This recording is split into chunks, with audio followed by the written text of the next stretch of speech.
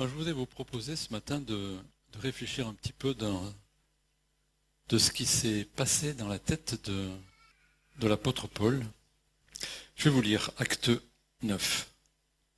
Cependant, Saul, respirant encore la menace et le meurtre contre les disciples du Seigneur, se rendit chez le souverain sacrificateur et lui demanda des lettres pour les synagogues de Damas, afin que s'il trouvait des partisans de la nouvelle doctrine, hommes ou femmes, il les amènerait liés à Jérusalem. Comme il était en chemin et qu'il approchait de Damas, tout à coup une lumière venant du ciel resplendit autour de lui. Il tomba par terre et il entendit une voix qui lui disait « Saul, Saul, pourquoi me persécutes-tu » Il répondit « Qui es-tu, Seigneur » Et le Seigneur lui dit « Je suis Jésus que tu persécutes. Il te serait dur de te reguimber contre les aiguillons. » Tremblant et saisi d'effroi, il dit « Seigneur, que veux-tu que je fasse » Et le Seigneur lui dit « Lève-toi, entre dans la ville, et on te dira ce que tu dois faire. » Les hommes qui l'accompagnaient demeurèrent stupéfaits. Ils entendaient bien la voix, mais ils ne voyaient personne. Saul se releva de terre et, quoique ses yeux soient ouverts, il ne voyait rien. On le prit par la main et on le conduisit à Damas. Il resta 3 jours sans voir, et il ne mangea ni ne but. Or il y avait à Damas un disciple nommé Ananias. Le Seigneur lui dit dans une vision, « Ananias !» Il répondit, « Me voici, Seigneur. » Et le Seigneur lui dit, « Lève-toi, va dans la rue qu'on appelle la droite et cherche dans la maison de Judas un homme nommé Saul de Tarse. » Car il prit et il a vu en vision un homme du nom d'Ananias qui entrait et lui imposait les mains afin qu'il recouvre la vue. Ananias répondit, « Seigneur, j'ai appris de plusieurs personnes tous les maux que cet homme a fait à tes saints dans Jérusalem. Il y a ici des pouvoirs, et il a ici des pouvoirs de la part des principaux sacrificateurs pour lier tous ceux qui invoquent ton nom. » Mais le Seigneur lui dit, « Va, car cet homme est un instrument que j'ai choisi pour porter mon nom devant les nations, devant les rois et devant les fils d'Israël. Je lui montrerai tout ce qu'il doit souffrir en mon nom. » Pour ceux qui ont déjà lu tout ce qui concerne de Paul, et c'est vrai qu'il y en a un gros paquet dans le Nouveau Testament, toutes ses lettres et tout son vécu, on peut dire que c'est un homme hors du commun.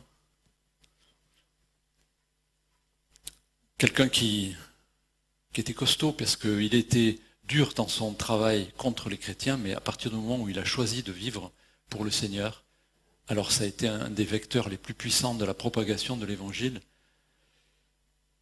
Un homme hors du commun, effectivement. Alors on est tenté de se poser une question, mais pourquoi lui? Le pire persécuteur, Dieu l'a choisi pour qu'il devienne celui qui va porter la parole. C'est comme si on imaginait aujourd'hui le pire des philosophes athées, ou je ne sais pas, peut-être un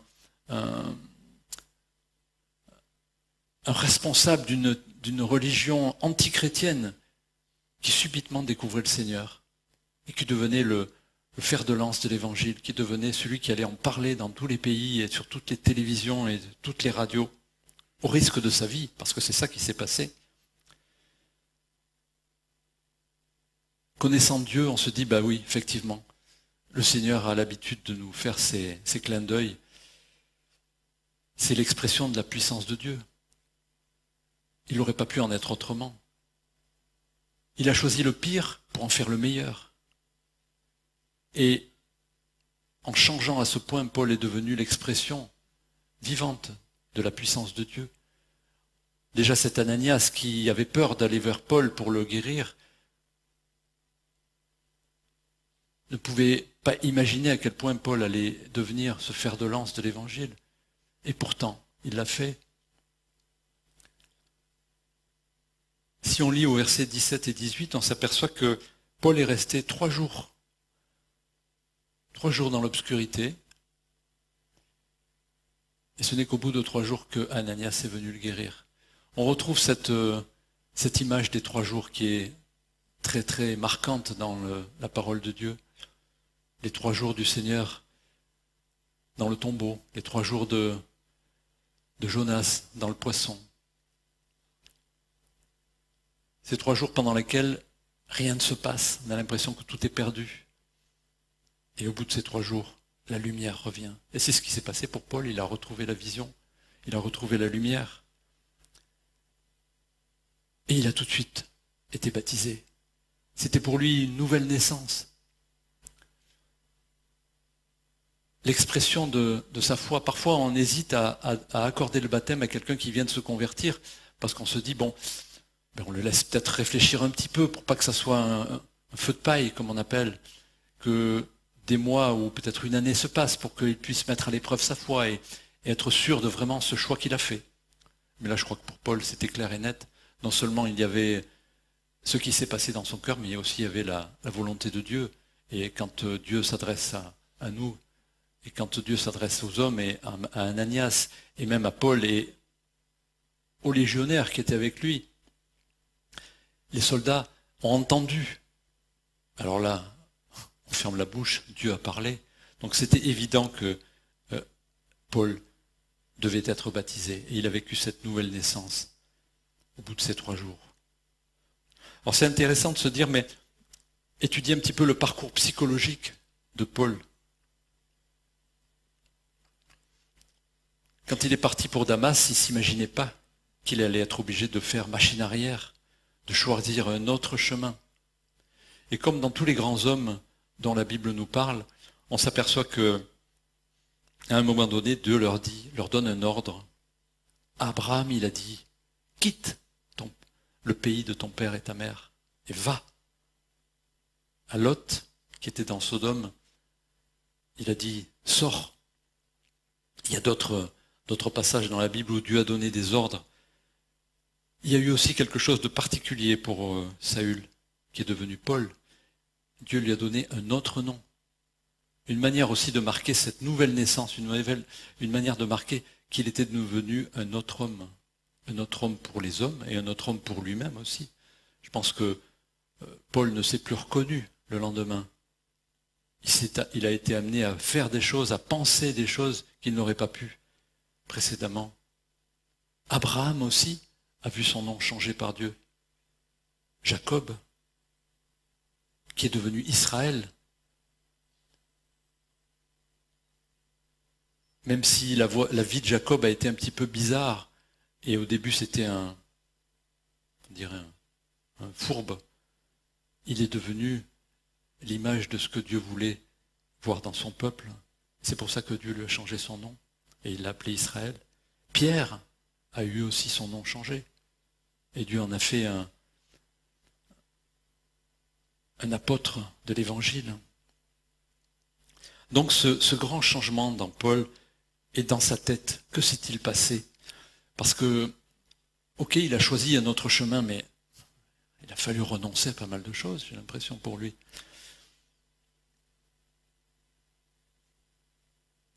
Il a fallu risquer. Il a fallu prendre des risques pour Dieu. Sur la terre, quand on nous fait un cadeau, on a souvent tendance à le refuser. Parce que recevoir un cadeau, c'est aussi être redevable. Mais avec Dieu, c'est tout à fait différent. Quand Dieu propose, quand Dieu donne, quand Dieu offre, qui on est pour refuser? Recevoir de Dieu, c'est une sécurité totale. Il ne nous prend pas au piège. Qu'est-ce qui s'est passé quand, dans cette parabole du grand banquet, de la grande soirée, du grand repas, où ce grand homme a invité plein de gens? Il y en a qui ont pu rentrer parce qu'ils étaient bien habillés, mais ils ont dû, en entrant, revêtir la tenue que le propriétaire des lieux leur proposait. Il y a des pauvres qui ont accepté parce qu'ils n'avaient rien à se mettre. Et ils se sont vêtus des plus belles robes. Et le propriétaire les a acceptés parce qu'il leur avait donné ça. Sur la terre, on aurait refusé. On aurait dit, oulala, c'est louche. Il y en a un qui l'a fait ça, qui a refusé. Ben, on l'a jeté dehors. On l'a tout simplement jeté dehors. Voilà ce qui se passe avec Dieu. Quand Dieu fait une offre, il faut vraiment comprendre toute la profondeur de cette offre.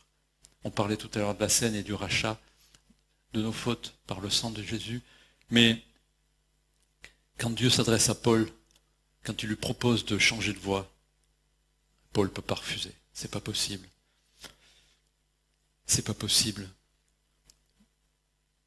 Comme le fils prodigue, le papa va lui proposer les plus beaux habits. Vous savez, Dieu ne veut rien de matériel de notre part.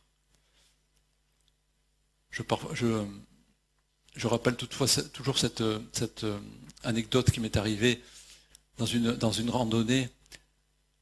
Après 5 jours de chameau, on va dire, dans le désert, le camp s'est arrêté et on a voulu tous faire un cadeau à nos guides. Et on a essayé de donner des choses qui pouvaient les aider. Et il y avait quelqu'un qui avait un rasoir électrique. Eh bien, il l'a donné. Un autre, une lampe électrique. Vous savez, dans le désert, c'est pratique une lampe électrique. Et certains n'en avaient pas. Certains des guides n'en avaient pas, parce qu'ils vivaient sur place. Ils appelaient ça d'ailleurs la lampe Patrick, pas la lampe électrique. Du mal à articuler. Et quand ce copain lui a proposé cette lampe électrique comme cadeau, le gars a été tellement, waouh, tellement émerveillé, que dans un premier temps, il l'a refusé. Il l'a refusé parce que il se sentait indigne de ce cadeau. Et parfois, on a peur d'accepter le don de Dieu parce que qui nous sommes, nous, pour accepter tout ce qu'il nous propose? Ben, ce serait mal faire parce qu'on raterait vraiment l'occasion d'être béni. On raterait l'occasion d'être racheté, comme on l'a dit tout à l'heure, d'être dirigé, de faire partie de ce plan qu'il a pour nous.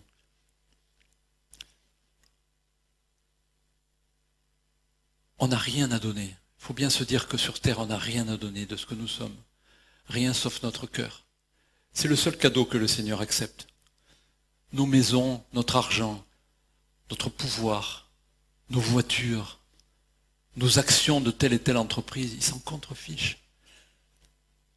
Même nos bras, nos jambes, si on va vers le Seigneur en disant « Seigneur, je vais faire ça pour toi ». Non. Vous savez, de tout ce qui est là, qu'est-ce qui va rester le jour de notre mort? Rien.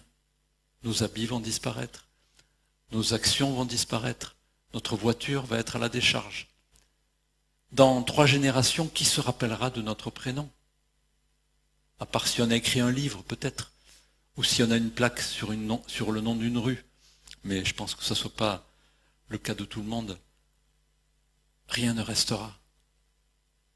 Il ne restera dans l'éternité que le cœur qu'on a donné à Dieu.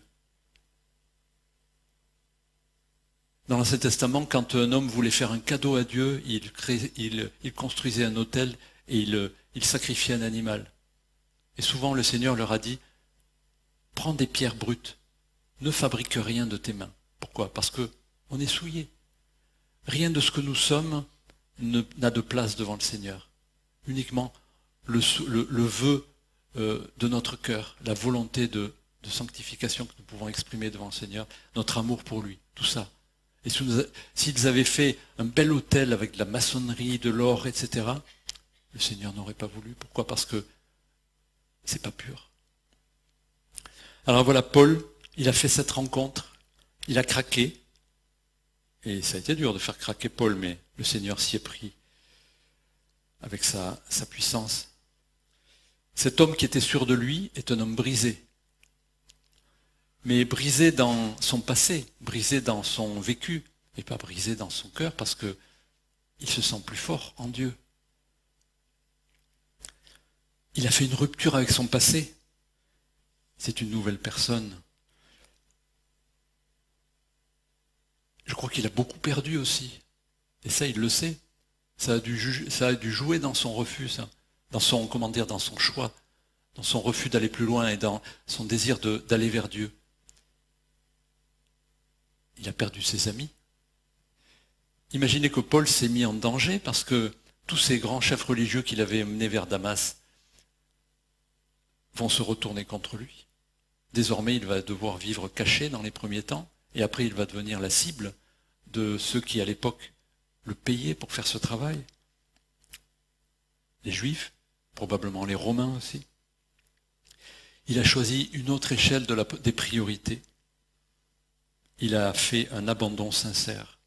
Il a décidé de ne plus s'appartenir. Peut-être qu'on a déjà tous vécu ça aussi. Ce désir, le fait de réaliser que la nouvelle vie que le Seigneur nous propose, elle est tout autre. La vraie vie que nous voulons vivre, que nous devons vivre, elle est vraiment tout autre par rapport à ce que nous vivons sur la terre. Elle n'est pas forcément meilleure sur la terre. Et c'est ce que je voudrais partager avec vous ce matin aussi à propos de Paul. Il en a bavé. Il en a pris plein la figure. Même quand il allait visiter des églises, ben je vous dis pas de blague. Parfois, il a fallu qu'il soit sévère. Il a dû être déçu parce que des églises qu'il a fondées, parfois, ont mal tourné. Il a dû reprendre et être sévère face à des chrétiens en qui il a eu confiance et qui se sont détournés de la foi. Mais il fallait un Paul comme ça pour le faire. Cette vie qu'il a eue n'était pas meilleure matériellement. Il a certainement eu moins de ressources, moins d'amis, en tout cas parmi ses anciens amis. Mais elle a enfin eu un sens. Les nouveaux amis qu'il a eus, ce sont devenus des frères spirituels. Quand on se tourne vers Dieu, on a souvent la réaction de se dire, mais il faut qu'il y ait ça et ça qui change en moi, pour que je sois meilleur, sinon Dieu ne va pas m'accepter. Effectivement, c'est ça qui est le plus important. C'est pas de faire, c'est d'être. On a souvent envie de changer l'emballage, mais c'est pas l'emballage qu'il faut changer, c'est ce qu'il y a dans la boîte. Au Moyen-Âge, il y avait ce qu'on appelait les bonnes œuvres. Et il y en a qui donnaient de l'argent pour être pardonnés. Et tout de suite, ils se sentaient mieux. Non, ça c'est nettoyer l'emballage. Et comme dit le Seigneur, on est des sépulcres blanchis si on essaye de nettoyer l'emballage. Paul, lui, a changé à l'intérieur de son cœur. Et sa vie a enfin eu un sens. Ce que je vous dis, c'est aussi ce qui s'est passé dans nos vies. C'est ce qui peut se passer dans la vôtre si vous choisissez de la donner au Seigneur. Se dire que la vie d'avant, je peux la donner à Dieu. Parce que il n'y a qu'en Dieu que ma vie prend un vrai sens. Désormais. Il n'y a qu'en Dieu qu'elle peut trouver une raison d'être. Peut-être qu'il faut une prise de conscience vis-à-vis de l'enjeu infini. Réalisons l'enjeu que Dieu nous propose. Parfois, ça devient banal, on n'y pense plus. Mais qu'est-ce que c'est que la vie éternelle? Bien sûr, c'est ne plus connaître la mort, c'est ne plus connaître la souffrance, c'est plus connaître la tristesse, plus de larmes, il est dit. Mais aussi collaborer au plan de Dieu, être des collaborateurs. C'est pas celui qui est au 36e étage derrière un écran d'ordinateur pour taper des factures. Non, c'est celui qui est dans le bureau du patron et qui discute avec lui des plans qu'il a. Vous imaginez la place que Dieu nous propose? Collaborateur. Ma vie, je la lui donne et je la retrouve en Dieu. Différente, pas plus riche, mais avec Dieu. Mais riche spirituellement.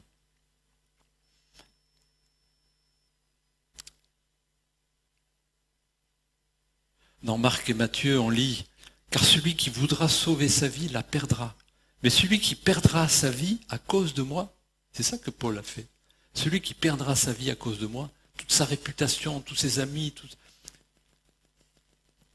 celui qui perdra sa vie à cause de moi et de la bonne nouvelle la sauvera. » Et encore une fois dans Marc, « Si quelqu'un veut marcher à ma suite, qu'il renonce à lui-même. » Alors c'est un peu facile d'en parler, c'est un peu plus difficile, parce que vous savez, des fois c'est souffrir aussi, oui. Dans Acte 9, au verset 16, il dit, quand le Seigneur parle à Ananias, il lui dit, « Et je lui montrerai tout ce qu'il doit souffrir en mon nom. » Et je lui montrerai tout ce qu'il doit souffrir en mon nom. Effectivement, dans un parcours comme celui de Paul, la souffrance avait sa part, mais Paul l'a fait avec joie, parce que l'enjeu était tellement grand. Quand on réalise l'enjeu, alors je crois que, et c'est pas facile de le dire, parce que tant qu'on l'a pas vécu, parfois, surtout il ne faut pas rechercher les épreuves, on est d'accord. Il y avait un chant qui, dans les J'aime l'Éternel, je crois qu'il dit, en d'autres termes, je ne sais plus le mot à mot, peut-être Véro le reconnaîtrait, donne-moi une épreuve, Seigneur, et je te prouverai que. Je chante jamais ça. Dieu ne nous demande pas de demander les épreuves. C'est pas un signe de sanctification de vouloir vivre une épreuve. Il peut nous en proposer, nous les mettre sur notre chemin. Mais si ça vient de lui, alors on peut le vivre en confiance. Parce que, comme on l'a vu ce matin dans toutes ces paroles de chant, le Seigneur est avec nous. Il ne nous abandonnera pas. Mais ça vient de lui à ce moment-là. C'est autre chose. Alors souffrir, effectivement, Paul et Pierre ont été condamnés. Ils sont morts aussi. Ils ont été exécutés. Mais quand on voit tout ce qu'ils ont vécu avant, alors ils l'ont vécu. Ça a eu un sens dans leur vie. En regard de l'enjeu, vivre en présence de Dieu, ça couvre tout.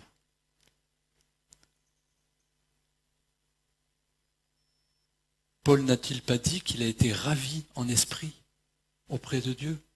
Il n'y a pas beaucoup de gens dans le Nouveau Testament qui ont vécu ça. Il a rencontré le Seigneur, lui qui n'avait pas vu Jésus.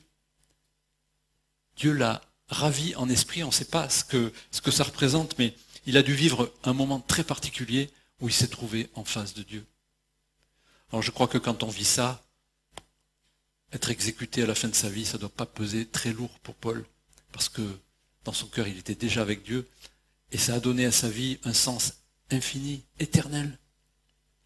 Tous n'ont pas vécu ça, effectivement, mais il y a des gens qui sont envoyés par Dieu pour une tâche particulière et qui vivent des délivrances, qui vivent la présence de Dieu. Des missionnaires dont leur maison a été encerclée par le clan adverse qui voulait les exterminer parce qu'ils faisaient obstacle à une révolution locale ou à un grand chef, un caïd.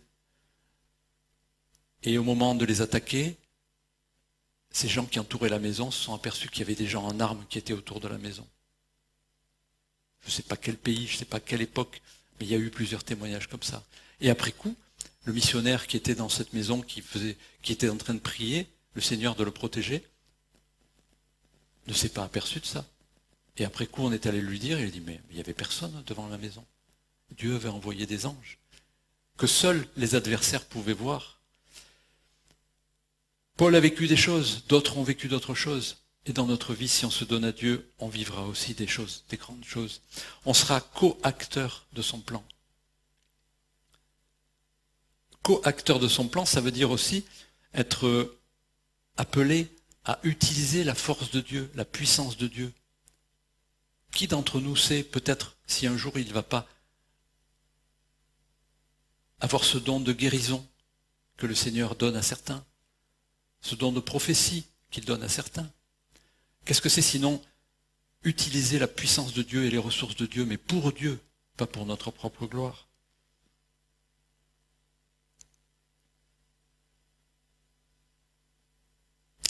Être en présence de la personne de Dieu change tout. C'est ce que Paul a vécu. Et c'est ce que le Seigneur nous invite à vivre, pour nous encourager. La vie est dure, effectivement. On disait tout à l'heure, cette semaine, il y a eu des décès dans nos amis. On a parlé de Georges Gras. On a parlé de le frère de Dominique Gabrielich. Il y a plein de gens comme ça qui sont attaqués par une maladie, par d'autres choses. Et plus on se consacre à Dieu, plus on peut être la cible du diable. Mais on sait que Dieu est avec nous chaque jour, qu'il nous tient la main. Pour nous, c'est impossible, mais pour Dieu, tout est possible. Il peut nous faire remonter la pente, il peut nous guérir, il peut nous rappeler à la vie que nous avions avec lui au début et qui nous remplissait de joie. Parce que quand il est dit, si je traverse la vallée de l'ombre de la mort, tu marches avec moi, tu es avec moi.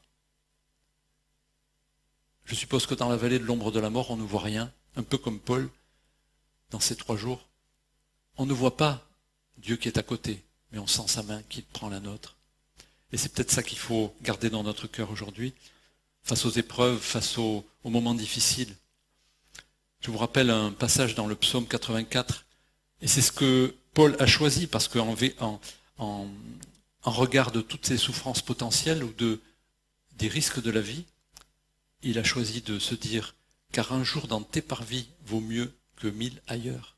Un jour avec Dieu vaut mieux que 1000 sans Dieu. Je ne sais pas si vous vous rappelez de Job, l'histoire de Job, cet homme qui a tout perdu. Sa vie était stable, riche, il avait des troupeaux, il avait plein d'enfants, Et Dieu lui a tout enlevé, il a mis à l'épreuve, il a perdu tous ses troupeaux, il a perdu ses enfants, il a perdu sa santé, il a failli mourir. Et il a râlé pendant au moins 30 chapitres. Si vous lisez le livre de Job, il n'arrête pas de se plaindre. Et il en veut à Dieu. Et Seigneur, pourquoi tu as fait ça? Et je t'aime quand même, mais pourquoi tu as fait ça? Et je ne sais plus comment faire pour t'aimer, mais pourquoi tu as fait ça? Etc. etc. Ça, c'est la traduction selon Philippe Robin, mais je vous conseille la vraie. Et à la fin, il arrête de parler, et l'Éternel s'adresse à lui, lui dit. Et alors, il est dit, du sein de la tempête, l'Éternel répondit à Job. Qui donc obscurcit mes desseins par des discours sans connaissance? Mets ta ceinture comme un brave, je vais te questionner et tu m'enseigneras. Où étais-tu quand je posais les fondations du monde, etc. Et là, on a 1 ou 2 chapitres de la parole de Dieu qui parlent à Job. Et là, Job fait cette rencontre avec Dieu, comme Paul l'a fait peut-être sur le chemin de Damas. Il réalise qu'il a eu en face de lui. Et là, toutes ses souffrances s'envolent parce qu'il a en face de lui quelqu'un de 1000 fois plus important.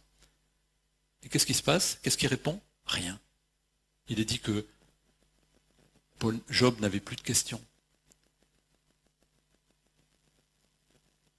Il lui dit, la seule phrase que Job répondit au Seigneur, il dit, jusqu'à présent j'avais entendu parler de toi, mais maintenant mes yeux t'ont vu. Il n'a rien gagné. Il est toujours aussi pauvre, toujours aussi malade, ses fils sont morts, ses troupeaux sont décimés, mais il a rencontré le Seigneur.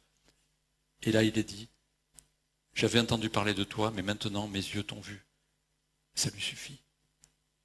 Ce n'est qu'après que Dieu va tout lui donner, va lui redonner de nouveaux fils, de nouvelles filles, un nouveau troupeau, et il va retrouver sa santé. Mais il y a ce déclic qui s'est passé dans son cœur où il a réalisé que Dieu était plus important que tout dans sa vie. Il a fait ce choix, et là, tout est arrivé. C'est ce qui s'est passé dans le cœur de Paul, c'est ce qui s'est passé dans le cœur de beaucoup. Quelque part, on a envie dans ces moments de dire, Seigneur, je viens vers toi. À ce moment-là, non pas pour obtenir, parce que je viens vers toi parce que je réalise que tu es Dieu et que je t'appartiens. Et que la meilleure place pour moi, c'est d'être à tes pieds. Je choisis la source plutôt que les bénédictions. Et là, le Seigneur répond par les bénédictions. Mais ce n'est pas pour ça qu'on l'a fait. On l'a fait pour être au pied de Dieu, avec Dieu, parce qu'on a réalisé que c'était le mieux pour notre vie. Et parce qu'on ne peut pas s'empêcher, quand on rencontre Dieu, on ne peut pas s'empêcher de l'aimer. La suite va être difficile, c'est sûr. Mais c'est le signe aussi que Dieu veut nous faire grandir, qu'il veut nous faire progresser spirituellement. Utiliser sa force, sa puissance, pour faire du bien, pour guérir, pour aider, pour faire des miracles.